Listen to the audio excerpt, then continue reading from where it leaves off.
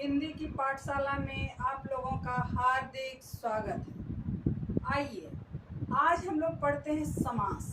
आप लोग इंग्लिश में पढ़े होंगे कंपाउंड।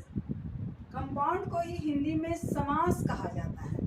तो आइए चलिए देखते हैं कि आज कि समास हम किसे कहते हैं, कि समास के बारे में विस्तृत जानकारी लेते हैं।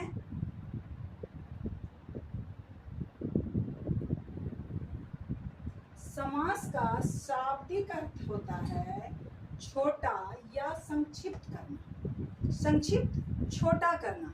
कि समास का शाब्दिक अर्थ, उसके शब्द का अर्थ ही होता है छोटा या संक्षिप्त करना। अब बच्चों समास की परिभाषा पर ध्यान दीजिए। जब दो या दो से अधिक पद अपनी विभक्तियों या अन्य पदों को छोड़कर आपस में मिल जाते हैं तो इस प्रक्रिया को समास कहते हैं। विभक्ति कारक के चिन्ह को विभक्ति कहा जाता है, आप लोग जानते हैं।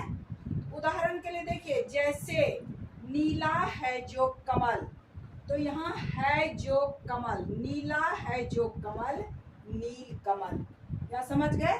वैसे ही राजा का पुत्र राजपुत्र, राजमहल राजा का महल राजमहल।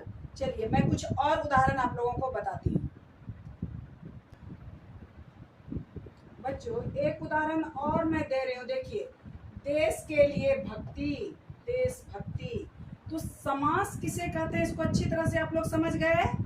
तो आगे हम बढ़ते हैं कि समास में क्या क्या महत्वपूर्ण बिंदु है। तो सबसे पहले बच्चों ये जानना है हमें कि समास से बने पद को समस्त पद या सामासिक पद कहते हैं। समास से बने पद को समस्त पद या सामासिक पद कहते हैं। इसको यहाँ तक समझ गए।